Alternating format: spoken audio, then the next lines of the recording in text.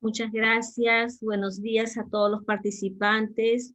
Muchas gracias por la invitación a este Congreso de Ecología. Es un honor para mí estar presente en este evento, el 19 Congreso Nacional y 9º Internacional de Psicología. Bueno, en esta oportunidad vamos a conversar, vamos a exponer sobre el paciente renal y su resistencia en el contexto COVID. Trabajo en el centro en la clínica de diálisis y también en el Hospital Guillermo Cailín de la Fuente con pacientes renales.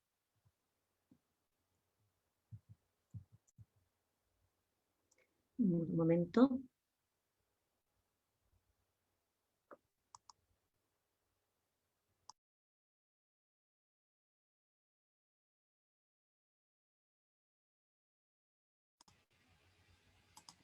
Bien, siguiendo con la ponencia para hacer una remembranza de la situación, pandemia, los inicios, en diciembre del 2019 ocurrió el brote de la nueva neumonía por el coronavirus.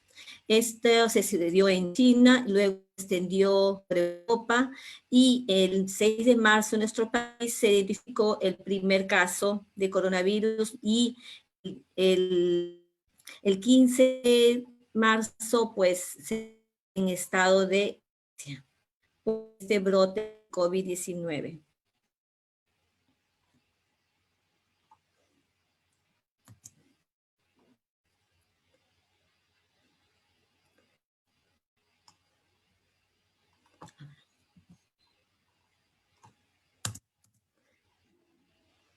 ¿Me puede pasar de diapositiva, por favor?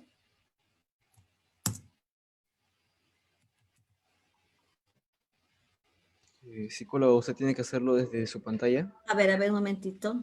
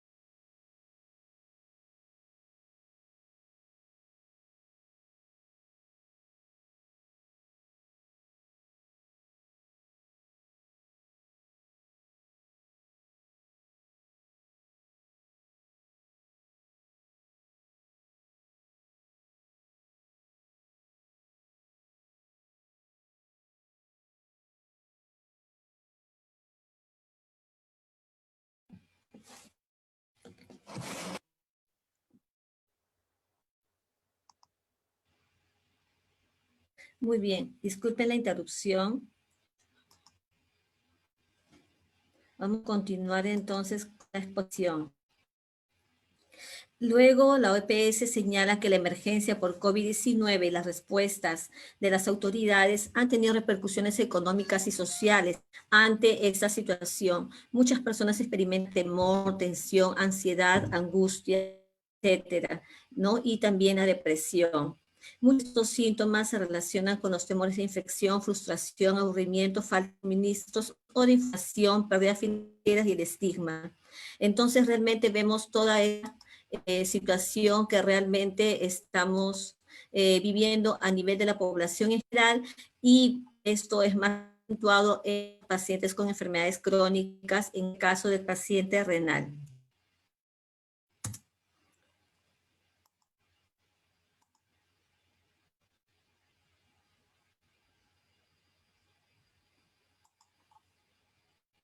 Muy bien, entonces hay un estudio realizado en la China realmente importante, primeros días de la pandemia del 31 de enero al 2 de febrero, donde evalúa depresión, ansiedad y estrés, y observan que el impacto psicológico, ansiedad, depresión y estrés en la etapa inicial del COVID realmente son realmente importantes. Miren, síntoma depresivo moderado a severo, 10.5%, ansiedad moderada a severa, 28.8%, y estrés moderado a severo, 8.8%.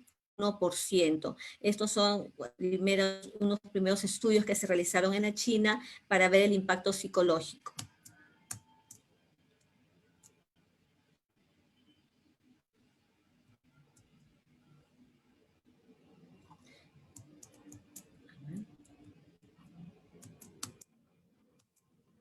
A ver, un momentito.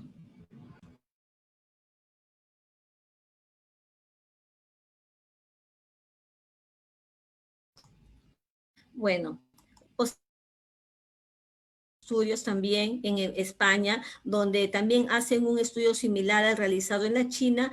Sin embargo, acá lo que más nos interesa es la parte de enfermedad renal, los pacientes crónicos. Ellos encontraron que aquellos que tenían enfermedades crónicas muestran una media superior también en estrés, ansiedad y depresión en comparación con las participantes que no referían ninguna enfermedad crónica. Entonces vemos que esta población está más sensible.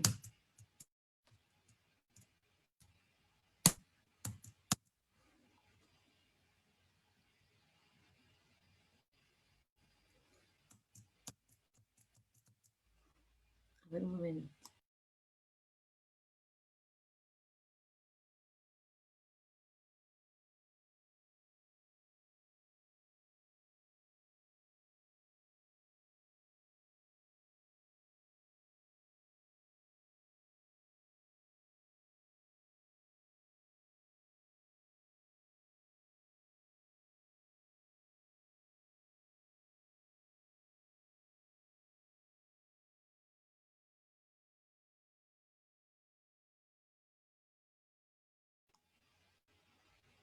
Bueno, van a disculpar, no hay el cambio de diapositivas.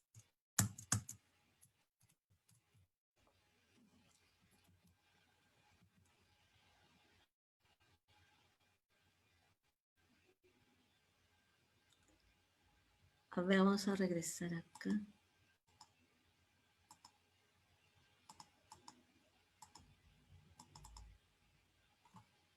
Psicóloga, tiene que cambiarlo desde su PowerPoint, no a través del Zoom.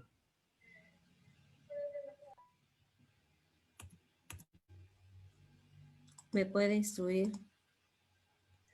Claro, si puede salir y entrar al PowerPoint para poder cambiar de diapositiva. A ver, un momentito.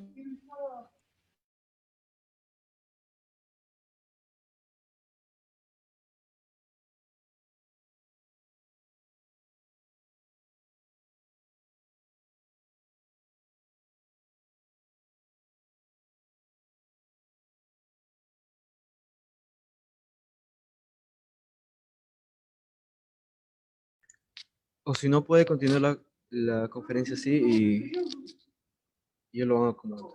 Ahí está, ya está que se cambie perfecto.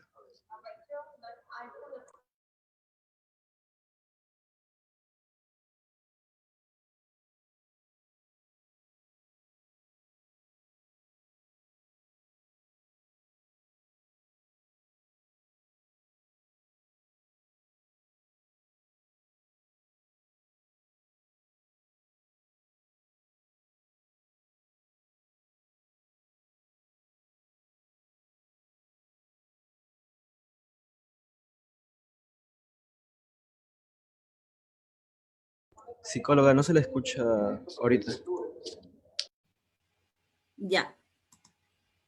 Ahora sí, ¿me escuchan? Disculpen.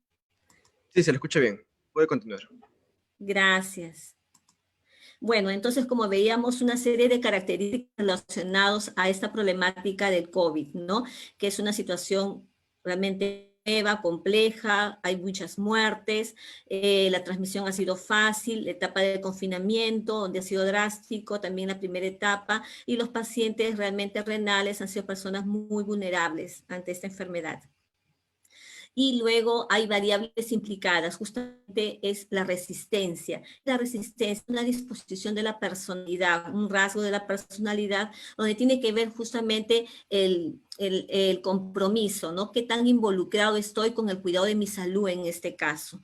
Y el control, es decir, donde yo realmente tengo la capacidad de, si me cuido, voy a estar mejor, ¿no? Tengo ese manejo, ese control de mi comportamiento, de mis consecuencias. Y el desafío, no verlo esto de repente como una amenaza, un peligro donde a la persona la pone de repente evitativa o paralizada, sino más bien viendo como un reto, ¿no? Que si yo me cuido, poco a poco vamos a salir de esto. Entonces, estos resultados, si son positivos, va a influir en la salud mental y esto va a estar mediado justamente por esta situación de estrés que se vive ante el COVID. Y esto es producto de un resultado de un estudio que se hizo a raíz de la pandemia del MERS, que es un síndrome respiratorio severo del Medio Oriente, donde los investigadores que hay que tomar en cuenta estas variables para cuando se crea un programa de intervención en estos grupos de pacientes con enfermedades realmente con problemas de salud. Otra variable involucrada son los estilos de afrontamiento, ¿no? Que son las tendencias generales, habituales, preferencias que se tiene de las personas para poder afrontar un evento, ¿no? Un evento estresante o demandas que impone el ambiente. En los estilos de afrontamiento observamos el afrontamiento enfocado al problema, llamado también afrontamiento activo, donde la persona realmente dice, yo tengo el control, yo puedo hacer, yo puedo solucionar, yo puedo mover algunas piezas de esta situación para poder mejorar mi situación. Entonces, esto favorece la adaptación a la nueva condición del enfermo. Entonces, es importante tomar en cuenta el afrontamiento que tiene la persona. Otro punto es el afrontamiento evitativo o enfocado a la emoción, donde realmente la persona se paraliza, no sabe qué hacer, evita y por lo tanto se va a suceder síntomas de ansiedad, depresión, por ejemplo. Sin embargo, en las investigaciones realizadas con enfermedades crónicas se dice que cuando la persona o han hallado que la persona que está en un estado de repente de cuidados paliativos, en un estado terminal, realmente su capacidad para su afrontamiento enfocado al problema va a ser poco porque no pueden, tienen limitaciones físicas, tienen situaciones realmente que no dependen ya de ellos, más bien ellos dependen de otras personas. Para ellos sí, ellos sí hacen el afrontamiento enfocado a la emoción.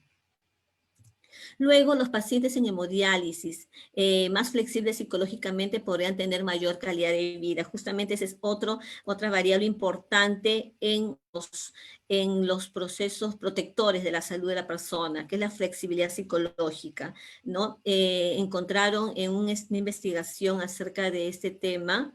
Esto fue en el año 2019, en un centro de diálisis de Fresenius Medical Care, Córdoba, España, con 186 pacientes y una media de 70 años, que el tejido graso, los niveles de fósforo, la ganancia fueron mayores, más puntuación de inflexibilidad, para que están de repente no están muy en esta área de la nefrología. Es importante decirles que si suben los niveles de fósforo, por ejemplo, llevan mucho más peso entre una sesión de diálisis y otra, esto realmente va a contribuir a un deterioro progresivo de su salud. Por eso que ha sido importante medir, ¿no? A nivel físico, tejido graso, fósforo, ganancia de peso interdiálisis, y vieron que en ellos había más inflexibilidad psicológica, es decir, tenían un pensamiento más rígido, de repente tenían esos pensamientos, los debería, entonces tuvieron más dificultad para adaptarse a llevar un tratamiento de diálisis, por ejemplo, que es tan demandante.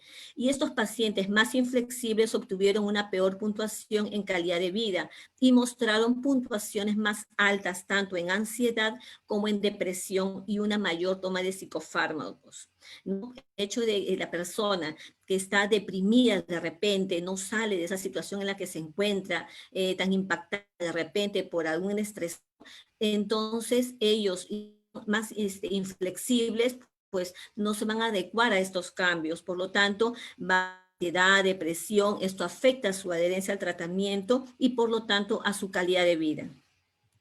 Ahora, otro también que tenemos que trabajar también y observamos que es la resiliencia, que es la capacidad del ser humano para sobreponerse a las dificultades y al mismo tiempo aprender de los errores. Y esta resiliencia llevado por experiencias, aprendizajes que se logran desde la infancia, desde las relaciones con anteriores, con personas significativas para nosotros, los eventos vitales, que es importante también, las situaciones de estrés que han podido afrontar a lo largo de su vida, ¿no? Que es importante abordarlo en estos pacientes. Y realmente la enfermedad renal es una enfermedad progresiva, un deterioro progresivo de la persona, y a lo largo del tratamiento pues se suceden una serie de estresores, de enfermedades que se pueden ir sucediendo, parte del tratamiento. Eso realmente se trabaja bastante, este proceso de resiliencia, y se puede decir que muchos de mis pacientes realmente son realmente resilientes. Y otro punto importante también es el optimismo, ¿no? Que es la tendencia a ver y a juzgar las cosas en su aspecto positivo o favorable, dentro de la situación más negativa que pueden estar, pero hay que tratar de ver el lado positivo, el aprendizaje que podemos lograr de esto. Sin embargo, hay esta variable del optimismo y la salud, que en una investigación estos investigadores hallaron que es diferente el optimismo realista, que es la espera de cosas positivas que ocurrirán, pero con un criterio anclado a la evidencia y hechos, ¿no? Hay que ser un optimismo realista. Diferencia del ilusorio, que los sujetos esperen cosas positivas casi mágicamente independiente de lo que ellos hagan, ¿no? Entonces, realmente hay que diferenciar esto, ¿no? Pues justamente este tipo de comportamiento llevados por el optimismo y salud es que muchas personas pues, han habido estos contagios, ¿no? Esta progresión rápida del contagio, porque decían, no, a mí no me va a dar, yo soy joven, soy sano, soy fuerte, no me va a dar, y por lo tanto se descuidaban en los comportamientos de autocuidado. Y otro punto es la gestión de las expectativas sobre la enfermedad, la recuperación, y mantener una actitud positiva y espera hacia la enfermedad, excelente actitud de tratamiento. Pero hay que tener cuidado de que estos no sean también ilusorios, ¿no? Como dicen, a veces voy a curarme en 2 semanas. Muchas veces también llegaba a la etapa de negación. De repente su familia había estado ya con el COVID diagnosticado. De repente el paciente quizás no de ser tener contactos, ¿no? COVID. Entonces lo negaban también, ¿no?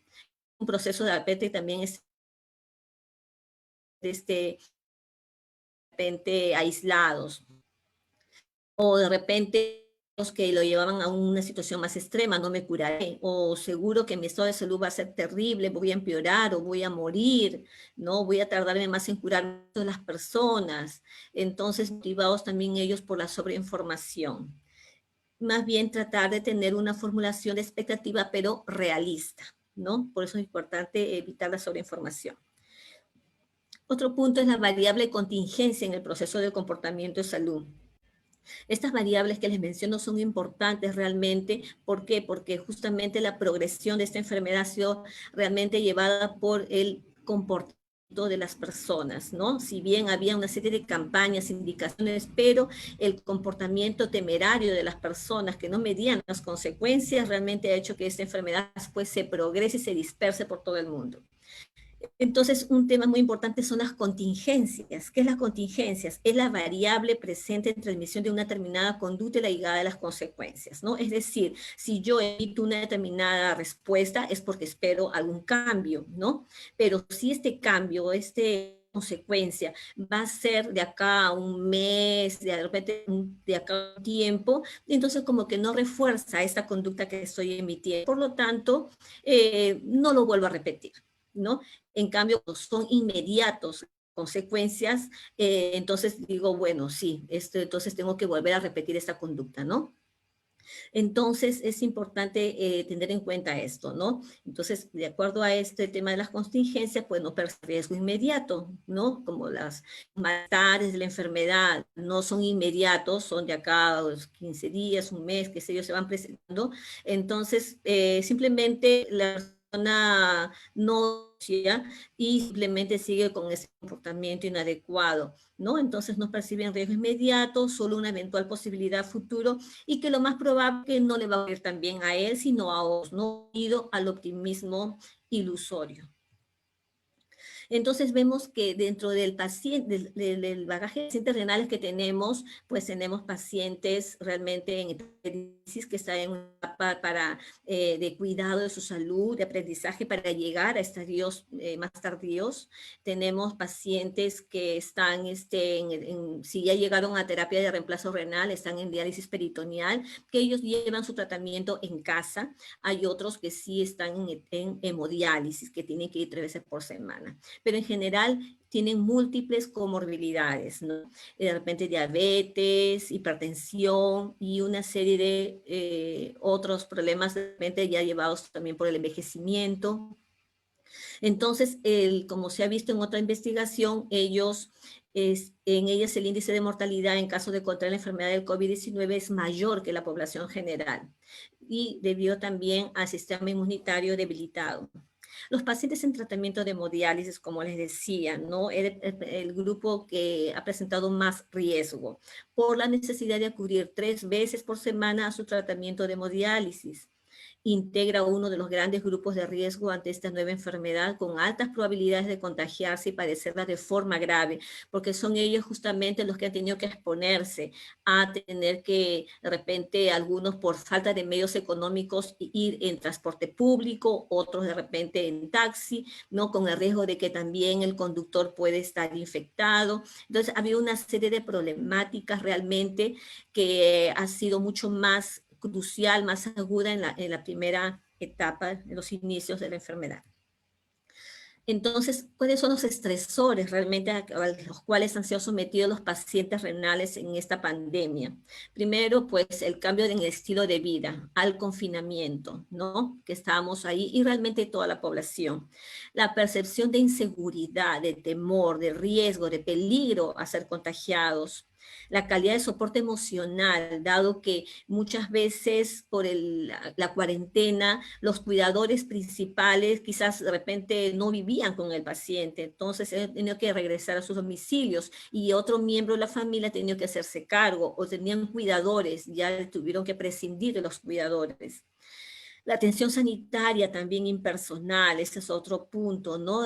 Ya el que atiende, el enfermero, el técnico, estaban con toda una indumentaria que realmente hacía un poco inaccesible también la comunicación como era antes, que era más fluida, ahora es más distante. Incluso entre ellos, ¿no? Se les de 1,5 metros de distancia entre paciente y paciente, por ejemplo, en espera. También perciben el futuro con incertidumbre, con miedo, con temor a una posible muerte de ellos o de algún pariente. La estigmatización, el hecho de ser aislados, de repente algunos se sentían hasta discriminados, ¿no?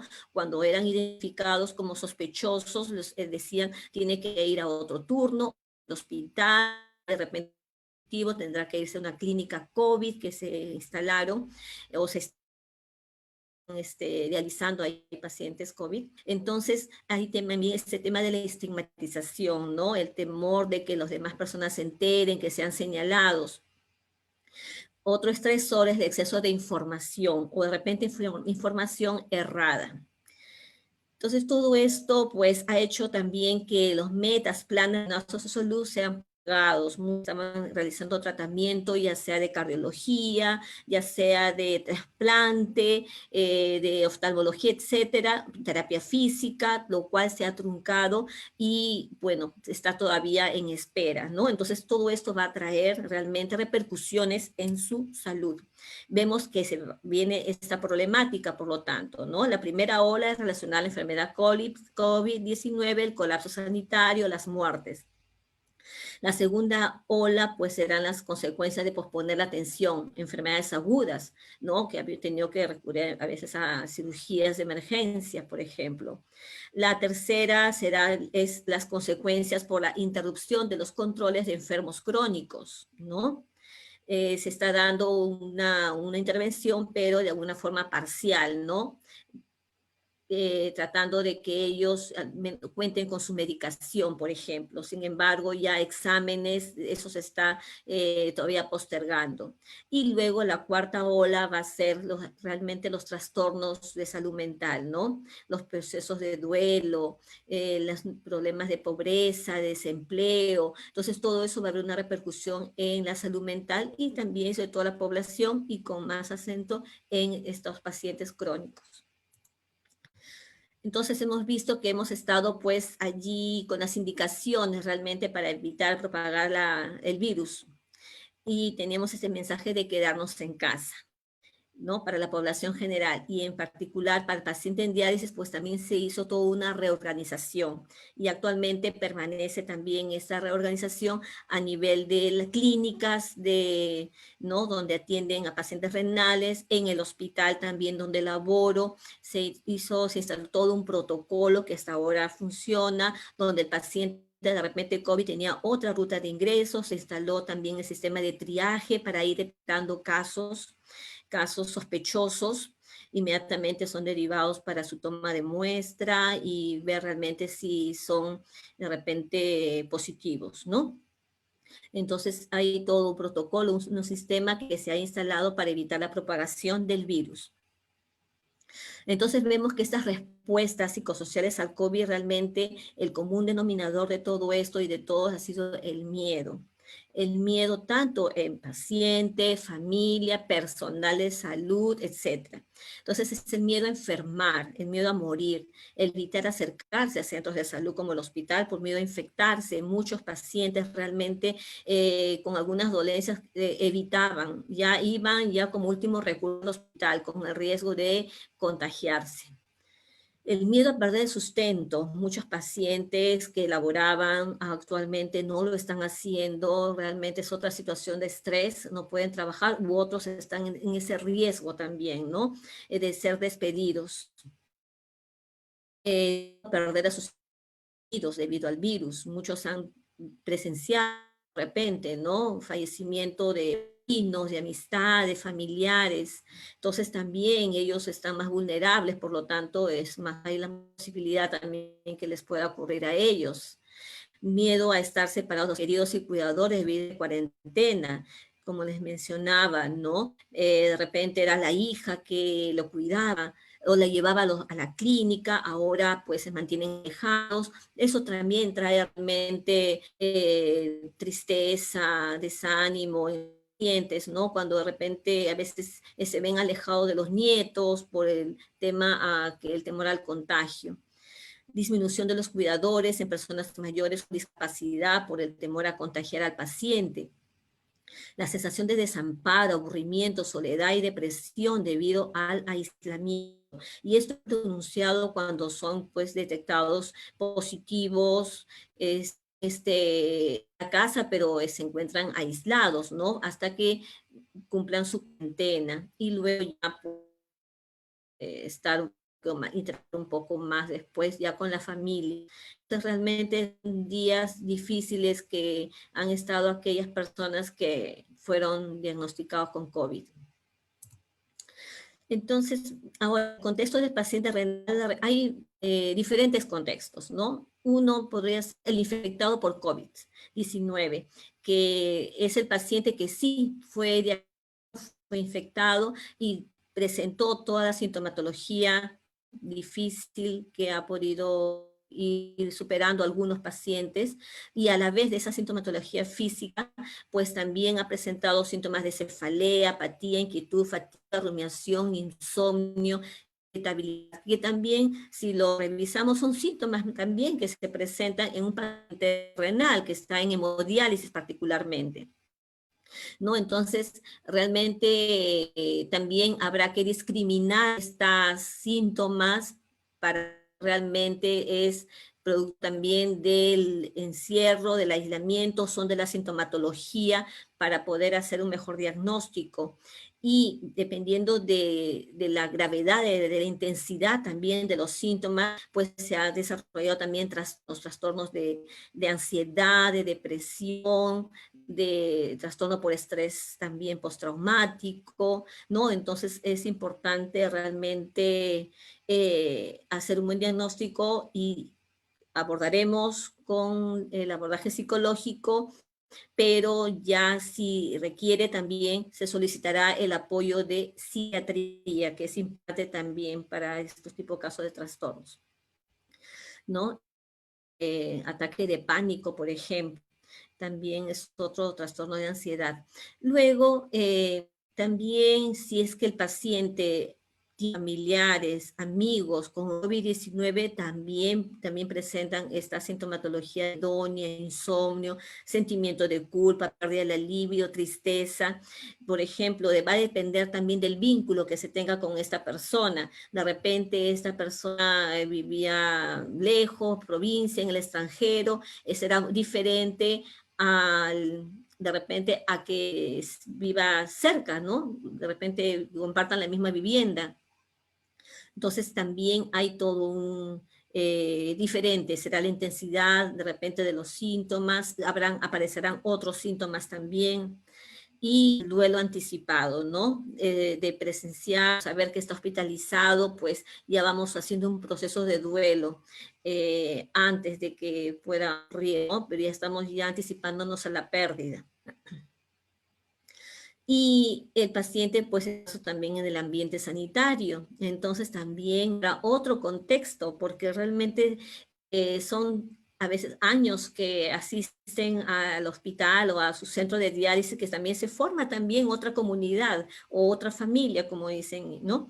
Entonces, ahí perciben cambio en el personal, donde van más tenso, más distante, y ya no relacionan como antes, ¿no? Está siempre es que ellos van viendo la ausencia de sus compañeros, algo que también les afecta. Por lo tanto, también se pueden incrementar en conductas de autocuidado, pero de repente ya una forma más intensa, ¿no? Haciendo trastornos obsesivo-compulsivo o hasta ideación suicida.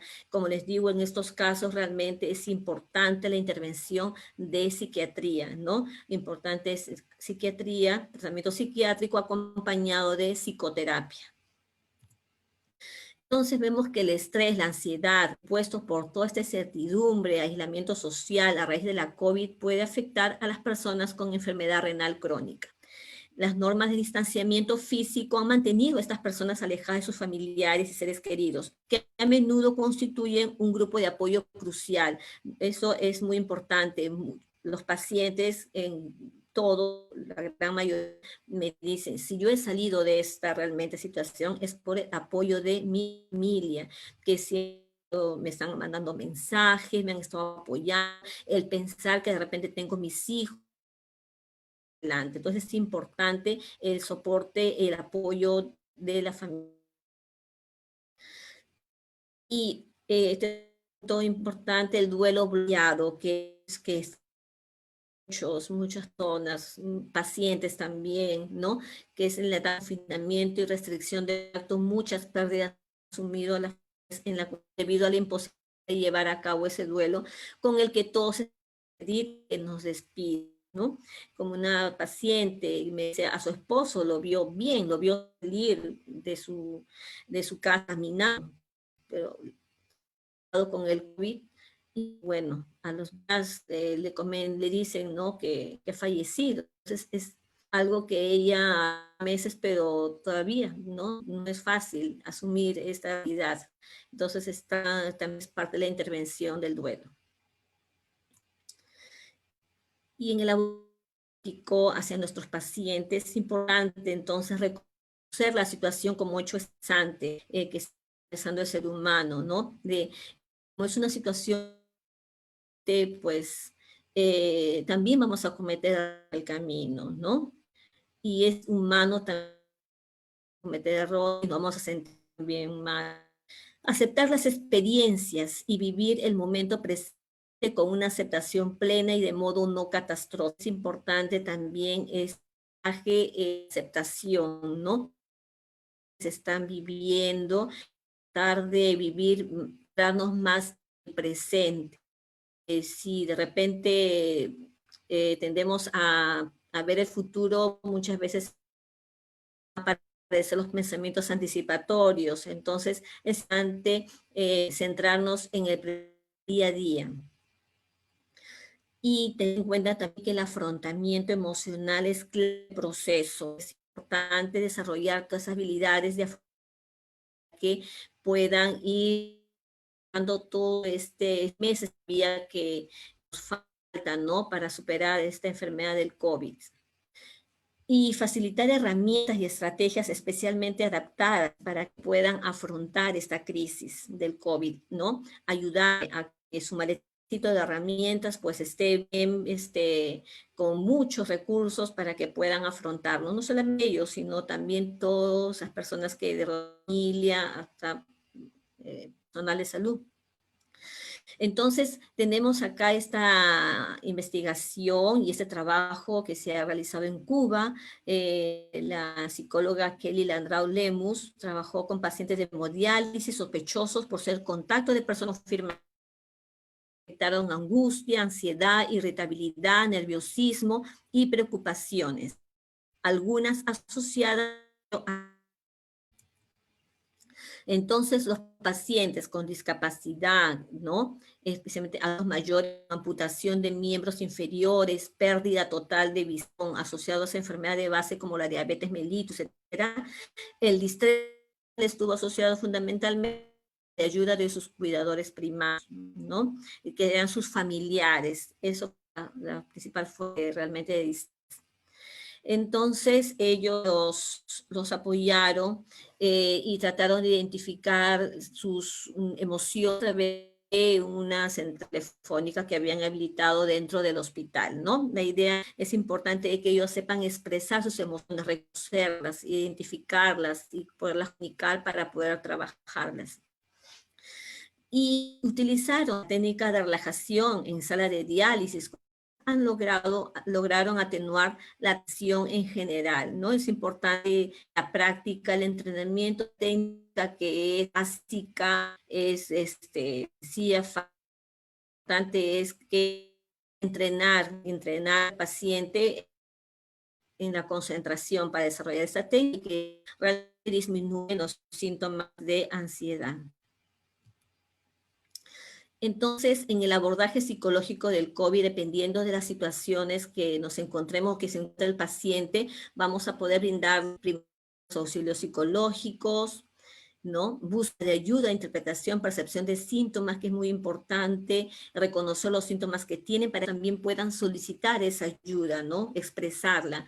¿Qué sucede? Si es insomnio, es por por el confinamiento, la situación que están viviendo, o es de repente cambió ciclo de su, ya no es lo mismo, pues antes tenía una actividad, ahora está más confinado en casa, se altera también los ritmos, las actividades, las necesidades básicas, los horarios. Y el cuidado psicológico de pacientes y familiares de pacientes, acá tenemos bastante que intervenir, ¿no? En promover el psicológico de pacientes internados o ambulatorios, ya sea en clínica, en el hospital, pues hemos tenido llamadas telefónicas, tener acceso a pacientes que han estado hospitalizados. Es importante también brindar el apoyo a estos pacientes. De intervenciones terapéuticas no presenciales también, tener que adaptarnos, ajustarnos a esta nueva realidad. Por lo general hemos utilizado el teléfono. Además, no es lo mismo, no es lo que deseo, no es lo que usualmente recibía la atención, ¿no? Que era presencial. Pero esta es la nueva realidad que estamos viviendo y tendremos que desarrollarla. No sabemos hasta cuándo, esperemos que pase pronto todo esto. Y luego el manejo de complicaciones psicológicas, depresión, estrés, ansiedad, ¿no? Saber identificarlas para poderle darle una intervención y de repente por el tiempo, la cantidad de pacientes que tenemos, pues también solicitar la intervención, el tratamiento de psiquiatría. El apoyo psicológico a la familia en casos de cuarentena. Bien, porque la familia también está afectada, más cuando se trata de pacientes dependientes, pues es mucho más acentuado esta problemática. apoyo terapéutico alta. También muchos que todavía viviendo el estrés postraumático, ¿no? Están muy pesados a la situación que estuvieron viviendo. Por allí ya son pacientes ambulatorios, pero viven al personal con la indumentaria, ¿no? Inmediatamente se activan todas las emociones que vivieron cuando estuvieron hospitalizados, ¿no? Ha habido ese confinamiento. El apoyo con la familia en casos de aislamiento u hospitalización, porque realmente es una situación dramática que vive la familia, su paciente está hospitalizado realmente y habrá que brindarles la información dentro de las posibilidades, de brindarles también el apoyo emocional al familiar para que pueda de repente mantener la calma, la serenidad y en algún momento ya le puedan dar esa fortaleza a su paciente. El apoyo en procesos de duelo a familiares también es importante, la pérdida familiar, ¿no? Y que ha sido de un momento así tan repentina, realmente es doloroso y bueno, cuentan con nosotros para brindarles este apoyo. Entonces vemos que hay estas modalidades de atención psicológica, ¿no? El uso de servicios online, internet, la asesoría y consejería por medios no presenciales, que en este caso lo que usamos nosotros es el teléfono en el hospital. En clínicas sí lo hacemos en forma presencial. Y que tener en cuenta el efecto del aislamiento y distanciamiento social como variable importante del contexto en el que está viviendo el paciente, ¿no? Algunos sí están saliendo a caminar parcialmente, ¿no? Unos minutos. Hay otros que simplemente siguen guardando su confinamiento. Y también tener en cuenta a nivel de trabajo, ¿no? De repente que realicen en casa, que se mantengan ocupados en ese sentido, y si de repente también hay esa inseguridad de laboral, algunos de repente están en ese riesgo de perder, ¿no? Realmente el trabajo, y para eso también contamos con el servicio social para que le pueda asesorar a los casos que ya lo perdieron, ¿no? Entonces realmente ahí está el equipo de multidisciplinario para abordar cada uno dentro de su área y poder brindarle realmente el apoyo que requiere en estos momentos tan cruciales que estamos viviendo. Y la psicoterapia, menciono acá, son aquellas que realmente son las que se utilizan, ¿no? Comúnmente, en mi caso, por ejemplo, alto al pensamiento, reestructuración cognitiva, técnica de respiración, de relajación, meditación, higiene del sueño, soporte emocional, asertividad, etcétera, ¿no? Una de las tantas técnicas que se puede utilizar con los pacientes. 8 minutos para las preguntas, psicóloga. Ya. Y luego mencionamos actividades para adultos en aislamiento, tiempo libre, cómo pueden utilizar su mejor tiempo en casa. Y las conclusiones, el bienestar psicológico es clave a la hora de afrontar el COVID, ¿no? Prevenir enfermedades mentales y gestionar las emociones es muy importante. Considerar en las intervenciones, en las evaluaciones que hacemos, el contexto COVID, ¿no? El contexto en el que está viviendo la persona, hay que tomarlo en cuenta. Contribuir al desarrollo de los factores protectores de la salud, las variables que mencioné al inicio, y diseñar planes y programas para ayudar a combatir el estrés en esta población, que es muy importante, ¿no? Atender necesidades de estrés en el personal de salud también. El manejo eficiente de la telemedicina y las tecnologías de la información son una valiosa oportunidad en estos recursos sanitarios, que es muy importante para poder cumplir una labor en este contexto del COVID. Muy bien. Muchas gracias por su atención.